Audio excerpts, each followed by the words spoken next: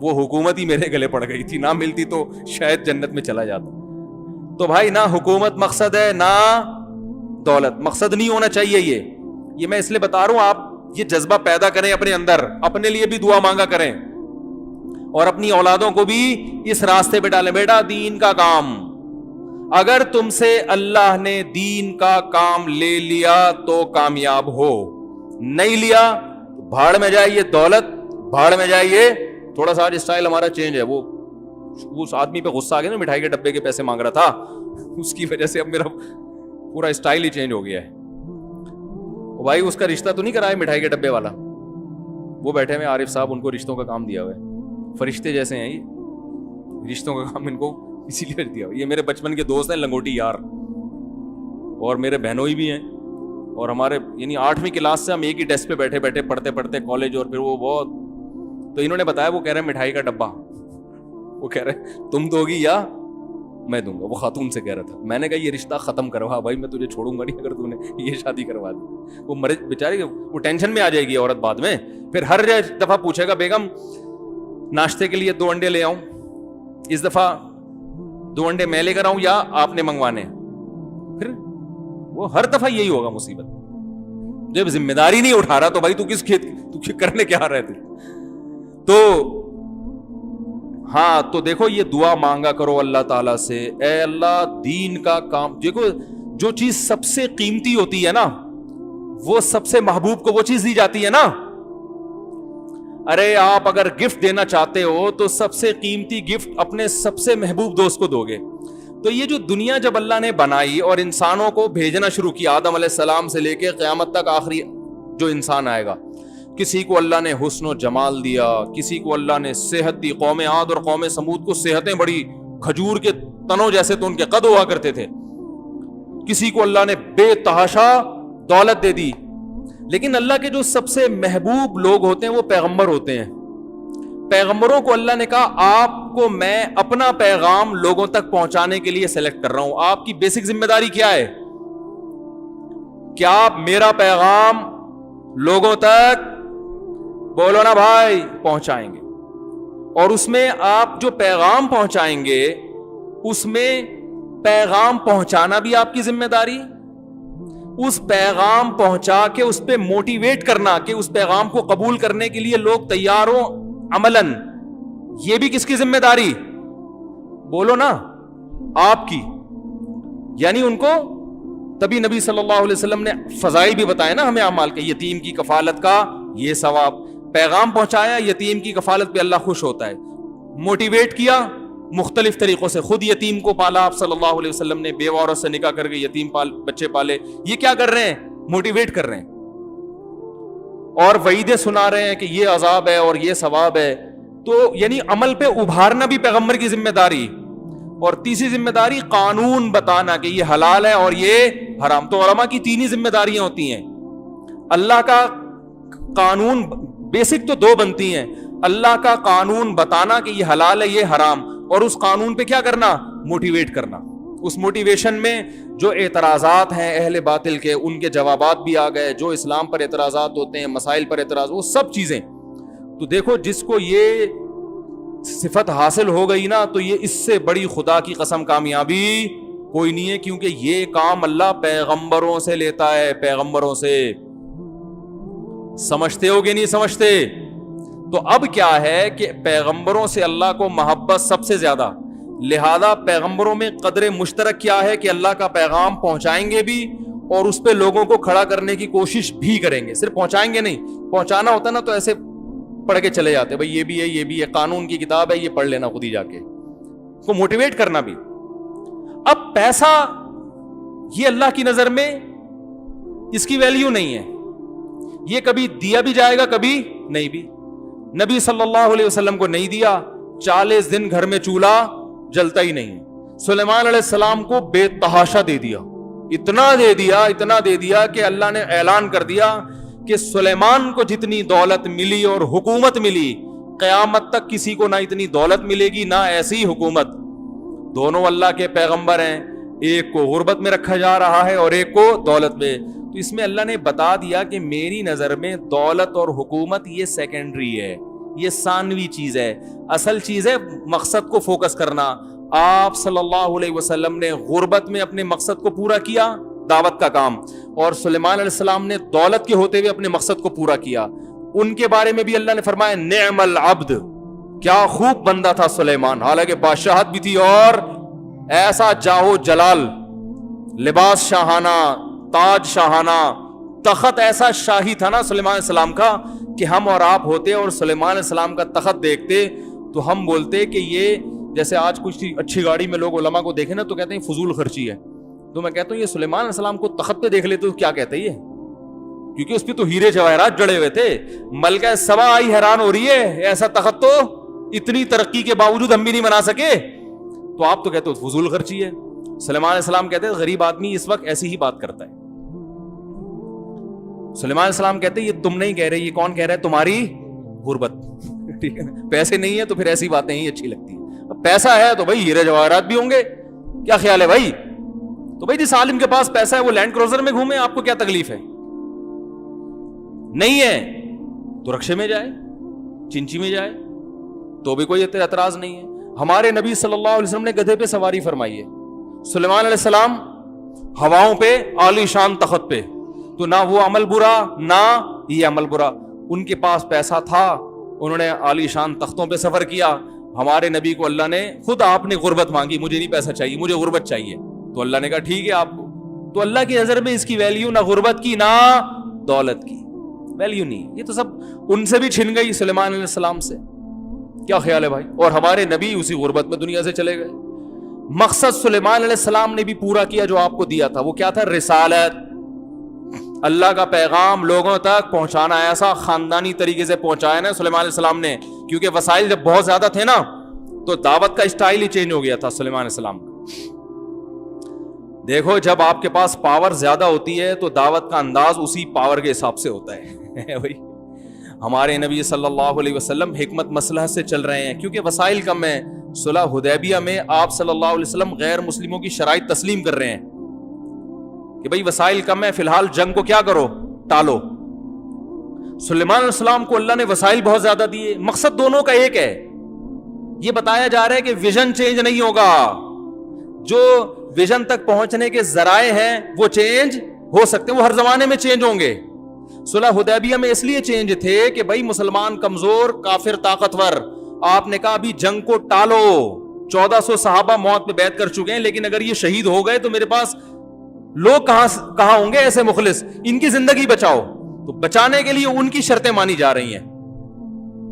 سلیمان علیہ السلام کے پاس جو گراؤنڈ ریئلٹی تھی وہ یہ تھی, ہدہد بھی آپ کے تابع, چیونٹیوں کی زبانیں سمجھ رہے ہیں, جنات آپ کے تابع ہیں. وہاں صلح حدیبیہ کی ضرورت بولو بھائی نہیں. انداز دیکھو سلیمان علیہ السلام کا. ملکہ یار یہ موضوع سیٹ کرے کہ مجھے مزہ بڑا آتا ہے قصہ, یہ واقعہ سنانے میں. سلیمان علیہ الصلوۃ والسلام نے ملکہ سبا کا پتہ چلا ایک پاورفل حکومت ہے, بڑی طاقتور, بہت طاقتور, لیکن ظاہر ہے سلیمان علیہ السلام سے زیادہ طاقتور نہیں تھی. سلیمان علیہ السلام کو ہدہد نے آگے بتایا کہ حضرت آپ کہہ رہے ہیں میں نے پوری دنیا میں اللہ کے دین کو غالب کر دیا ہے, ساری دنیا میں اسلامی حکومت قائم کر لی ہے, آپ کو پتہ ہی کوئی نہیں. ادھر ایک عورت ہے جو لوگوں پہ حکومت کر رہی ہے اور وہ سورج کو سجدہ کرتے ہیں. یہ ہدہد رپورٹ پیش کر رہا ہے, اور ہدہد کو اعتراض ہو رہا ہے کہ اللہ کو چھوڑ کے کس پہ کو سجدہ کر رہے ہیں, سورج. اور اتنی بڑی آپ کی گورنمنٹ ہے, آپ کو پتہ ہی کوئی نہیں. سلیمان علیہ السلام حیران ہو گیا, بھائی یہ تو عجیب بات کر رہا ہے, ایسا ہے یا نہیں ہے پہلے تفتیش کرو. اب بولا کہ یہ خط لے کے جا. اب خط میں وسائل ہے نا, تو دعوت کا انداز وہی جو امریکہ کا انداز آج کل ہے. امریکہ نے جنرل مشرف کو فون کیا, بھائی ادھر جانا ہے یا ادھر کو آنا ہے, زیادہ ٹائم نہیں ہمارے پاس. یہی ہوا تھا نا جب ورلڈ ٹریڈ سینٹر کا حادثہ ہوا تھا, تو ہمارے صدر تھے صدر مشرف صاحب. امریکہ نے کہا تھا ہم نے افغانستان پہ حملہ کرنا ہے, ہمارا ساتھ دو گے یا افغانستان کا ساتھ دو گے. تو پاورفل کنٹری ہے نا, اسٹائل کیا تھا, خود بھی نہیں آیا. کون تھا اس وقت صدر؟ کلنٹن, بش تھا, خود بھی نہیں آنا. اتنا بڑا واقعہ ہو رہا ہے بھائی, آپ ایک کنٹری پہ حملہ کر رہے ہو تو چل کے آؤ, بیٹھو. بھائی میں ہوتا میں کہتا سر آپ آئیں بیٹھیں چائے وائے پئیں آرام سے بیٹھ کے, کیا فون پہ تھوڑی ہوتی ہیں باتیں, فون پہ تو رشتے نہیں ہوتے آج کل. آپ ایک ملک پہ حملہ کر رہے ہو اور آپ بول رہے ہو یار ہاں یا نہ میں جواب دو, کیونکہ پاور ہے نا, امریکہ کے پاس پاور ہے. فون کر رہا ہے جنرل مشرف صاحب, ہاں بھائی ایسا ہوا ہے, ورلڈ ٹریڈ سینٹر کا وہ ہو گیا, ہمیں بہت افسوس ہو رہا ہے, اور اطلاعات ملی ہیں کہ وہاں سے کچھ ان کے تانے بانے افغانستان سے ملتے ہیں. وہ اطلاعات صحیح ہیں غلط ہیں ایک الگ کہانی ہے, لیکن بہرحال یہی کہا گیا کہ وہ تانے بانے افغانستان سے ملتے ہیں, طالبان کی حکومت ہے, تو آپ ذرا بتا دیں کہ ہمارا ساتھ دینا ہے یا ان کا. تو مشرف صاحب نے کہا سر آپ کا. ٹھیک ہے سر کس کا؟ جب پاور ہوتی ہے نا تو بات چیت کا اسٹائل یہ ہوتا. وہ الگ بات ہے کہ امریکہ جب افغانستان آیا 20 سال ہو گئے, گھاس کھانے کے سوا کچھ بھی حاصل بولو بھائی نہیں. بڑے بڑے کنٹریز دب گئے امریکہ کے سامنے, مگر جس غریب ترین ملک کے بارے میں خیال تھا یہ منٹوں کا کھیل ہے, 20 سال میں بھی وہ ایسا حلق کا کانٹا بنائے کہ وہ امریکہ کہہ رہا ہے نکال بھی نہیں سکتا. اور اس وقت مجھے یاد ہے 20 سال پہلے ملا عمر نے کہا تھا کہ افغانستان جو بھی آتا ہے آتا اپنی مرضی سے ہے, جاتا ہماری مرضی. نہیں آ رہی بات؟ اتنی مزیدار بات ہے نا یہ, بہت. وہ ڈبے والی بات سے جتنا غصہ اس پہ آیا تھا نا اتنا مزہ اس پہ آ گیا, برابر ہو گیا. آپ کہاں سے آتے ہیں, کہاں سے آتے ہیں؟ اچھا ماشاءاللہ پابندی سے آ رہے ہیں بیان. اچھا بھائی, تو اب سلیمان علیہ السلام کے پاس پاور ہے نا, تو ملکہ سبا کو پرچہ دیا کہ جا کے حدود کو پرچہ دیا, ملکہ سبا کو جا کے دیا. بھیا لمبی چوڑی بات نہیں, ایکچولی دیکھیں ہماری ایک حکومت ہے اور ہم دین کی تبلیغ کر رہے ہیں, اور اللہ سے ہوتا ہے, اللہ کے غیر سے نہیں ہوتا. پورے 6 نمبر اس کو تفصیل سے سنائے ہوں. اور دیکھیں اگر پھر بھی آپ کو دلائل سے بات سمجھ میں نہیں آ رہی تو ڈاکٹر ذاکر نائک کا ہم نمبر دے رہے ہیں آپ کو, ٹھیک ہے نا, وہ آپ کی کتابوں سے ثابت کریں گے آپ کا مذہب کیا ہے غلط. جو بھی اس زمانے کے ڈاکٹر ذاکر نائک ہر دور میں ہوتے ہیں نا بھائی, ہر دور میں حق کا پرچار کرنے والے, مناظرہ کرنے والے ہوتے ہیں, تو اس دور کے جو بھی ڈاکٹر ذاکر نائک ہوں گے وہ حوالوں سے ثابت کریں گے کہ آپ کیا ہو غلط. سلمان علیہ السلام نے کہا اتنا ٹائم بولو بھائی نہیں. خط لکھا, قرآن نے اس خط کا تذکرہ کیا, بسم اللہ الرحمن الرحیم, شروع اللہ کے نام سے جو بڑا مہربان اور نہایت رحم کرنے والا. اس میں بتا دی ہم کس کے ماننے والے ہیں, اللہ کے. بس اس لفظ میں خود ہی سمجھ جاؤ, مزید تشریح کی ضرورت نہیں. آگے اللہ تعالی علیہ, سرکشی مت کرو, وَأْتُونِي مسلمین, بندی بن کے چلی آؤ تمیز سے, انسان بن کے شاباش آرام سے آؤ, تسلیم ہو جاؤ, حکومت چھوڑ دو, یہ آپ کا کام نہیں. سورج کی پرستش کر رہے ہو آپ لوگوں کو شرک پہ ڈالا ہوا ہے بھائی, یہ کون سا طریقہ ہے؟ انسان بن کے باقی پھر انشاءاللہ بیٹھیں گے تو پھر ٹاک ہو جائے گی بھائی کیا ہے اب آئندہ کیا ہوگا, جزیہ لینا ہے یا ہو سکتا ہے اسی کو بادشاہ برقرار رکھا جائے. بھائی نافذ آپ نے یہ اسلام کرنا ہے, آپ نبی صلی اللہ علیہ وسلم نے بہت سے علاقے جو ہے نا غیر مسلموں کے حوالے کر دیے کہ بھئی تم مسلمان ہو جاتے ہو تو اپنے پاس ہی رکھو. حکومت مقصد تو نہیں ہے نا, مقصد تو نظام ہے نا. تو وہ پھر اگلی بات ہم میز پہ کریں گے, ہمارے تخت پہ بیٹھ کے بات ہوگی آپ سے کہ آئندہ لاہم, ابھی تو تمیز سے چلی آؤ. وہ ملکہ سبا حیران, یار اس اسٹائل میں تو آج تک ہم سے کسی نے یہ بات شروع کہاں سے ہوئی تھی, موضوع کہاں سے آیا ادھر, یہ میں کیا سمجھانے کے لیے یہ بات کر رہا تھا ہاں میں کہہ رہا تھا کہ ہر پیغمبر کا کام دعوت تھا, انداز ہر ایک کا چینج, لیکن بیسک کام سب کا کیا تھا, دعوت. تو جس کو اللہ دعوت کے کام پہ لگا لینا, سمجھو سب سے قیمتی تحفہ اللہ نے اس کو دے دیا. یہ اصل موضوع تھا. اب میں اس کو مکمل کر دوں وہ پورا واقعہ. تو ملکہ سبا بنے گا, یار یہ تو انداز ہی ان کا الگ ہے, اس انداز میں اتنی پاورفل گورنمنٹ سے کوئی بات کرتا نہیں ہے. تو اس ملکہ سبا تھی ہوشیار, اس نے کہا یہ کوئی چھوٹا آدمی نہیں ہے, اس طرح سے بات کر رہا ہے, چھوٹا آدمی نہیں ہے. کیونکہ امریکہ سے کوئی اس طرح سے بات کر رہے ہیں, امریکہ بھی خود بولے گا بھائی یہ کوئی چھوٹا بندہ نہیں. اب وہ افغانی ہی بات کر رہے ہیں اس اسٹائل میں, باقی کسی میں دم نہیں ہے کہ اس اسٹائل میں بات کرے. تو یہ پگڑوان ہے امریکہ کی پولیس میں ہوتے ہیں. تو ملکہ سبا نے درباری جمع کی, اپنے جتنے مسٹنڈے تھے نا بڑے بڑے سب کو بلایا کہنے لگی بھائی یا ایھا الملأ انی القی الیہ کتاب کریم، میرے پاس ایک لیٹر آیا ہے لیکن ہے بڑے عزت دار آدمی کا، لگ رہا ہے کوئی چھوٹا موٹا آدمی نہیں ہے، اور اس شروع ہو رہا ہے بسم اللہ الرحمن الرحیم سے، اللہ جو بڑا مہربان اور نہایت رحم کرنے والا، مضمون بڑا پاکیزہ ہے، خدا کی طرف دعوت دے رہا ہے، یعنی وہ گویا بزبان حال، ذہین تھی نا، سمجھ گئی، بزبان حال وہ یہ کہہ رہا ہے مجھے حکومت کی لالچ نہیں ہے، میں کس کی طرف دعوت دے رہا ہوں؟ اللہ کی.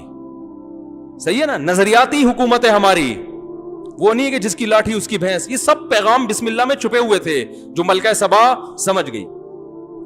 تو وہ جو مسٹنڈے بیٹھے ہوئے تھے انہوں نے کہا کہ بھائی بات یہ ہے کہ یہ جتنا بھی طاقتور ہو ہم لڑیں گے.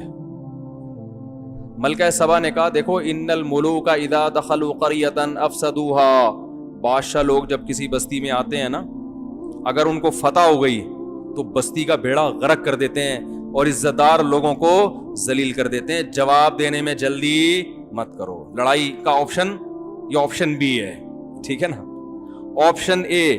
اچھا کہنے لگے لیکن فیصلہ جو تو کرے گی وہی ہوگا. اس سے یہ بھی پتا چلتا ہے کہ وہ حکومت اتنی پاورفل اس لیے تھی کہ وہاں لوگ مشورے دیتے تھے، تھوپتے نہیں تھے. مشورہ کس کا، حکم کس کا چلتا تھا؟ ملکہ کا. تو حکم جو ہے نا وہ ایک ہی کا چلے گا. مشورہ دینے کی ہم مشورے دے کے کیا کرتے ہیں، اس کو پھر تھوپتے ہیں زبردستی. تھوپنے سے مسائل خراب ہوتے ہیں، ملک کبھی بھی ترقی نہیں کرتا. تو ملکہ سبا نے کہا ہم یہ ہو سکتا ہے دین کا لیبل لگا رہا ہو مگر مقصد پیچھے کیا ہو؟ پیسہ. جیسے وہ بسوں میں چڑھتے ہیں نا، پہلے نماز روزے کی ترغیب دے گا، نماز پڑھی اس سے پہلے کہ آپ کی نماز پڑھی جائے اور یہ ہے، اور دیکھو پھر 5 روپے بھی یہ چونن کتنے کا ہے، گلے کو صاف کرتے ہیں ہاضمے کو. میں نے خود دیکھا ہے، بہت دفعہ ہوتا ہے. دین کا لیبل لگا ہوا ہے، مقصد کیا ہے؟ دکان چلانا. تو ملکہ سبا کو خیال ہوا بھائی اگر یہ جھوٹا آدمی ہے معاذ اللہ، لیبل اللہ رحمان رحیم کا لگا ہوا ہے، مقصد اس کا ہے کہ لالچ، یہ چاہ رہے ہماری حکومت پہ قبضہ کر کے وسائل بڑھ جائیں، تو اس کو اتنے قیمتی ہدیہ دو. مقصد پیسہ ہے تو ہدیہ دیکھ کے یہ اپنی دعوت سے پیچھے ہٹ جائے گا. بھائی آج آپ نے تو اتنے ماشاءاللہ ہمارا خیال کیا، بس ہر مہینے ایسے 2-4 اور بھیج دیا کریں. جیسے وہ جج کو کہا تھا نا وکیل نے کہ میرا موکل جو ہے نا اس کے دلیل قانون کی کتاب کے صفحہ نمبر 350 پہ ہے. جب جج نے 350 نمبر کھولا تو اس پہ 5000 کا نوٹ تھا. تو جج نے کہا ایسے 3 ثبوت اور چاہیے. تو ملکہ نے کہا کہ میں ہدیہ بھیجوں گی اگر یہ شخص لالچی ہے، ویژنری نہیں ہے، نظریاتی نہیں ہے، صرف دین اور اللہ رحمان رحیم کا لیبل لگایا ہوا ہے، تو پھر یہ کیا کرے گا؟ کہے گا ایسے 3 ثبوت اور چاہیے، ایسے 3 ہدیہ اور چاہیے. تو ملکہ سبا نے خاندانی قسم کے ہدیے بھیجے. اس زمانے کے جو ہیرے جواہرات جو کوئی دیکھ کے آنکھیں کسی کی کھلی رہ جائیں، ملکہ سبا نے بھیجے. بولے پہلے چیک کرو. سلیمان علیہ السلام کے پاس جیسے ہی ہدیہ لے کے آیا نا، سلیمان علیہ السلام نے کہا اتمدوننی بمال، پیسوں کی لالچ دے رہے ہو ہیں؟ اور جا کے اس قاصد کو بولا کہ ملکہ کو جا کے بول خدا نے جو مجھے وسائل دیے ہیں تو نے خواب میں بھی وہ نہیں دیکھے ہوں گے. ارجع الیہم، چلو پتلی گلی سے نکل. پہلا لیٹر گیا تھا انسان بن کے چلی آؤ. دوسرا لیٹر جا رہا ہے فلناتینہم بجنود لا قبل لہم بها، کہ اب اگر نہیں آئی تو اب لیٹر نہیں آئے گا، ایسا لشکر آئے گا کہ وہ پیچھے مڑنا نہیں جانتا. لشکر آئے گا. ملکہ سبا نے کہا بھائی یہ کوئی اور کہانی ہے. تو آ گئی انسان بن کے ٹھیک ہے نا. تو اب اس سے ہمیں یہ بھی سبق ملتا ہے کہ دعوت کا کوئی ایک طریقہ اسلام میں متعین نہیں ہے. گراؤنڈ ریئلٹی، اپنے وسائل، سامنے والے کی حالت، ہر لحاظ سے ہر آدمی کے لیے دعوت دینے کا طریقہ مختلف. مولانا طارق جمیل صاحب دامت برکاتہم جب گئے نا وہ ٹی وی فلم ایکٹر کو دعوت دینے کے لیے گئے، دعوت دینے تھے، 2 گھنٹہ میٹنگ میں کوئی دین کی بات ہی نہیں کی. لوگ کہہ سکتے ہیں کہ یار یہ کیا، گئے دعوت دینے کے لیے اور بات دین کی نہیں. یہ طریقہ ہے، سمجھ رہے ہیں؟ آپ کو پتا ہے اگلے کا ظرف ابھی اتنا نہیں ہے کہ وہ دین کی بات سن لے گا، تو اس میں بس بیٹھ کے گپ شپ لگا کے آ جاؤ، تھوڑی محبت پیدا کر لو، انسیت پیدا کر لو. تو ہر شخص کے لیے، ہر ایک کے لیے الگ ہے یہ. تو اب کیا ہے، لیکن کام اللہ کی نظر میں سب سے خاندانی کیا ہے؟ دعوت. تبھی قرآن کہتا ہے کہ اے نبی، آپ نبی صلی اللہ علیہ وسلم جب دعوت دیتے تھے نا، مخالفت بہت ہوتی تھی. تو پہلے کبھی دھمکیاں دی قتل کی, پھر لالچ دی. ایک دفعہ تو لالچ دینے میں یہاں تک آئے, کہنے لگے اے محمد صلی اللہ علیہ وسلم, اگر آپ چاہتے ہو کہ عرب کی خوبصورت ترین عورتوں سے آپ کا نکاح کرا دیں, ہم عرب کی خوبصورت ترین عورتوں سے آپ کا نکاح کرا دیں گے, آپ کے پاؤں میں سونے اور چاندی کے انبار لگا دیں گے, آپ اپنی دعوت سے باز آ جاؤ. تو نبی صلی اللہ علیہ وسلم نے کیا فرمایا تھا, اگر میرے ایک ہاتھ میں چاند اور ایک ہاتھ میں سورج رکھ دیں پھر بھی نہیں آؤں گا, ٹھیک ہے نا, کیونکہ مجھے پیسے کمانے کے لیے تھوڑی بھیجا گیا ہے. جو مقصد ہے اس پہ کمپرومائز نہیں ہوگا, مقصد پہ کمپرومائز نہیں ہوگا. تو یہ ہے قیمتی چیز جو اللہ پیغمبروں کو دیتا ہے. بھائی مقصد لوگوں کو اللہ کی طرف بلانا, دین کا کام کرنا ہے. تو میں یہ جو اتنی تقریر کر رہا ہوں نا, یہ سمجھانے کے لیے کہ اس قیمتی چیز کو اللہ سے مانگا کریں کہ اللہ ہمیں بھی اس میں کچھ حصہ عطا فرما. دین کا کام لے لے. آپ سے اگر عمر گزر گئی ہے, اولاد کے لیے دعا کریں. کسی بچے کو تو عالم بناؤ یار, سارے ہی کما رہے ہیں. میرے شیخ حضرت مفتی رشید احمد صاحب رحمہ اللہ, پہلے میں یہ موضوع مکمل کروں ذرا, کہاں تک بات پہنچی تھی کہ آپ صلی اللہ علیہ وسلم کو انہوں نے یہ سارے آپشن دیے. تو اللہ کے کو قرآن میں اللہ نے اپنے نبی کو کہا کہ آپ ان سے کہہ دیجئے قل ہادہ سبیلی, اے نبی آپ ان سے کہہ دیجئے یہ ہے میرا راستہ, ادعو, وہ کیا ہے, قل ہادہ سبیلی ادعو الی اللہ, میں لوگوں کو اللہ کی طرف بلاتا ہوں, میرا کام یہی ہے. تو میرا تو بیسک کام ہی یہی ہے, تو میں اپنا کام ہی چھوڑ دوں گا تو پھر میرے آنے کا مقصد کیا؟ میرا کام پیسے کمانا نہیں ہے. عرب کی خوبصورت ترین عورتوں سے شادیاں کرنا, یہ سب کام ہے, ضمناً ہوں گے. نبی نے نکاح بھی کیے, ان میں خوبصورت سے بھی کیے, سرداروں کی بیٹیوں سے بھی کیے, بیوہ سے بھی کیے, کنواری سے بھی کیے. یہ اصل مقصد نہیں تھا, تو اس لیے ہم بھی کرتے ہیں, لیکن ہمارا اصل مقصد شادیاں نہیں ہے. سمجھ میں آ رہی نہیں آ رہی سمجھ میں؟ لوگ سمجھ رہے ہیں وہ صاحب پیدا ہی دنیا میں شادیاں کرنے کے لیے ہوئے, تو یہ اصل نہیں ہے. اصل تو دین کا کام ہے بھائی, اللہ ہم سے وہ لے لے اور یہ جذبہ پیدا کر دے ہمارے اندر. باقی وہ بھی ہوتا رہے گا, آپ کے کہنے سے میں رکوں گا تھوڑی, وہ بھی ہوتا رہے گا, دوسرا والا کام ہے. تو اب کیا ہے, ہادہ سبیلی ادعو الی اللہ, کیا زبردست آیت ہے. اے نبی آپ ان سے کہہ دیجئے یہ ہے, ہادہ اشارہ کر کے, یہ ہے میرا راستہ, واضح بتا رہا ہوں یہ سامنے, ادعو الی اللہ, میں لوگوں کو اللہ کی طرف بلاتا ہوں, علی بصیرت, مکمل بصیرت کے ساتھ, مکمل کانفیڈنس کے ساتھ, یعنی مجھے اس میں تردد نہیں ہے. بعض دفعہ ایک آدمی کسی چیز کی طرف بلا رہا ہوتا ہے, خود اسے شک ہوتا ہے پتہ نہیں میں صحیح بھی ہوں کہ نہیں ہوں, تو میں پورے کانفیڈنس کے ساتھ علی بصیرت, مجھے اپنے برحق ہونے کا 100% یقین ہے. انا, میرا بھی یہ کام, ومن اتبعنی, اور جو مجھے فالو کرتے ہیں ان کا بھی یہ کام. تو بھائی آپ لوگ نبی کو فالو کرتے ہیں, ہم سب فالو کرتے ہیں کہ نہیں کرتے؟ اس سے پتہ ہے ہمارا بھی بیسک کام کیا ہے, دعوت ہے بھائی, دین خود بھی چلنا دوسروں کو بھی چلانا. تو یہ کام تو ہم, کسی سے آپ پوچھو تمہارا اصل کام کیا, کہہ رہے اصل میں تو میں گولے گھنٹے کی ریڈی لگاتا ہوں, اصل میرا تو یہ کام ہے, باپ دادا سے یہ چلا آ رہا ہے. اور کیا, ہاں کبھی کبھار سہ روزہ بھی لگا لیتا ہوں, دعوت کے کام پہ بھی چلا جاتا ہوں. آپ اصل میں کیا, اصل میں تو میں ڈاکٹر ہوں, لوگوں کا علاج یہ میرا اصل کام ہے. اور وہ علاج کیوں کرتے ہو بھائی, وہ بھی دین کے لیے نہیں, پیسے کمانے کے لیے. اصل تو میرا بزنس یہ ہے. باقی کیا, باقی یہ کہ کبھی کبھار اچھی بات بھی لوگوں کو بتا دیتا ہوں, اس سے تھوڑا سا خیر پھیل جاتی ہے معاشرے میں. تو ہمارا اصل کام جو تھا وہ سیکنڈری ہو گیا, وہ دوسری سم ہے. پہلی سم جو ہے نا ہماری, جس پہ 4G چلتا ہے, وہ کیا ہے, وہ اپنا پیشہ ہے. بھائی پیشے کو سیکنڈری کر دو اور دعوت کو کیا کر دو اصل. اس کے لیے پیشہ چھوڑنے کی ضرورت نہیں ہے, اسی میں ہی دعوت کا کام کر لو, اس کے علاوہ بھی کرو سیکھنے کے لیے. اور اسی میں بھی ایسے لوگ ہیں, میں نے دیکھا ہسپتالوں میں بڑے ڈاکٹر ہیں, وہی ماشاءاللہ اتنا کام کیا, سارے ڈاکٹروں کو جماعت کی نماز کا پابند بنا دیا انہوں نے. ادھر ایوان تجارت میں ایک ڈاکٹر صاحب, 1 سال پہلے کی بات ہے, ہاسپٹل ہے وہاں باجماعت نماز ڈاکٹروں کی ہو رہی ہے. میں نے کہا اتنے نیک ڈاکٹر تو پہلی دفعہ دیکھیں, سارے ڈاکٹر. انہوں نے کہا یہ سینئر ڈاکٹر کی محنت کا اثر ہے, سینئر کی بات سنی جاتی ہے نا, تو ہر جگہ کام ہو سکتا ہے. تو اصل کام یہ ہے